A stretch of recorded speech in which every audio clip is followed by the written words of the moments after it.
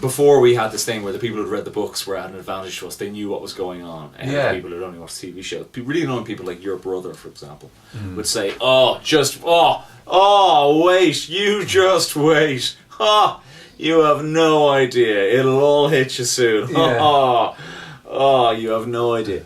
And now everyone's on the same page. No one has a bloody clue what's going on because the TV show is now about to overtake the books. Yeah. Long story short, Game of Thrones is back on our screens on Sunday night. It's going to be on Sky Atlantic at 2 a.m.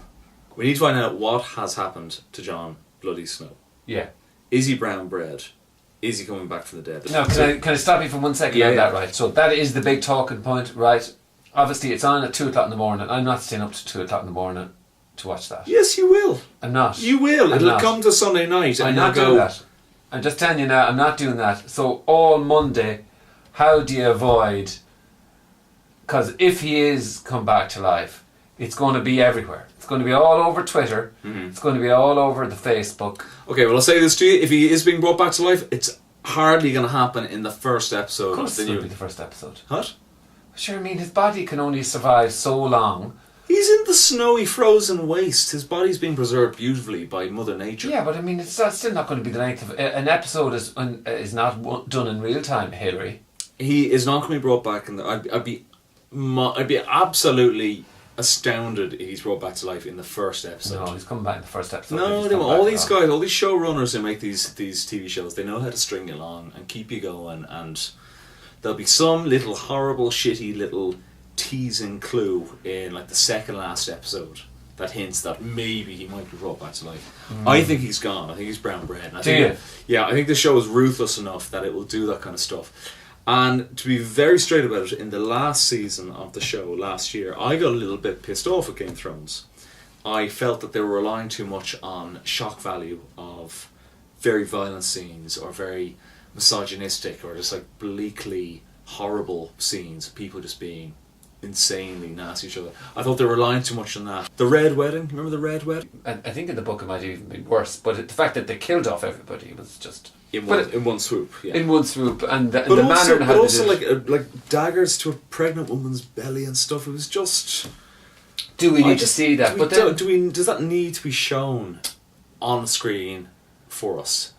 In order for that effect to be had. I think it does, yeah. Can we not just be told about that and for that to be part of the thing? So, like, you know, if you look at Macbeth, Macbeth, they talk about, you know, he unseamed him from the nave to the chops, you know, he cut him open. You don't actually see that in the action, though. It's spoken about.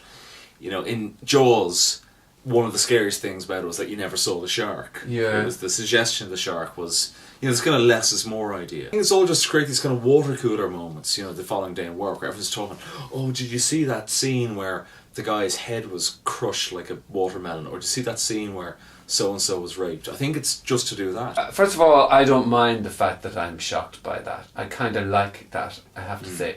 So the scene where there was the two fighters and was one fighter twirling around, and then at the end of it he got his head bashed in and you could hear the crunch of his face being bashed in. I don't know if you remember that. That was the Spanish guy and the mountain. The viper and the mountain. And it was called. And it was probably one of the most violent scenes I've ever seen. I got a nightmare about that fight. Yeah, I have actually had a nightmare about that fight. I think that is what adds to the whole show. And without it, that potential to be totally shocked, that potential to, you know, there's the love, there's everything in it. But this is exactly it, and that's why people tune in every week to say, like, what are they going to do next?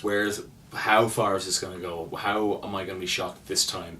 This is the show. Not just that though. No, but I mean, it's like the thing in Jaws. Like one of the first victims in Jaws is a teenage girl, and then when the next victims in Jaws is a child. Yeah. So you're thinking, right? There's no rules here. Yeah. Anyone can get it.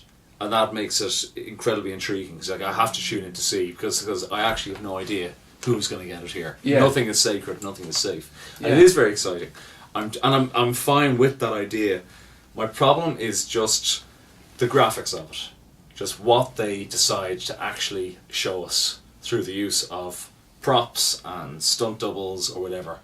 I just think some of it is unnecessary and is there to compensate for sags in the story or in the script.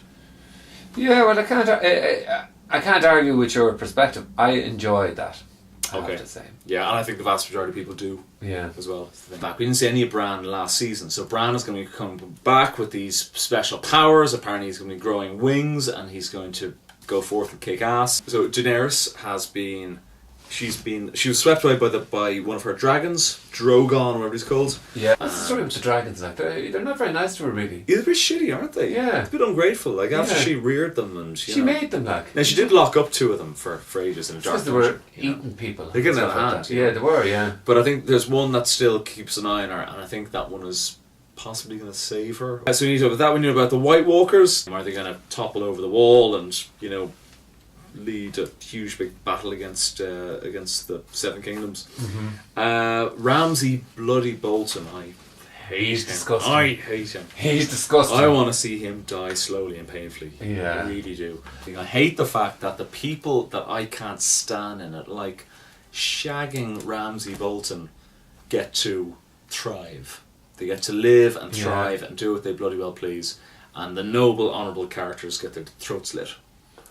Most of, not all. And most of, though, I mean, the vast majority. There's someone who you like, and there's someone who is, very noble and very virtuous. You're like, "Ooh, he's not long for this world.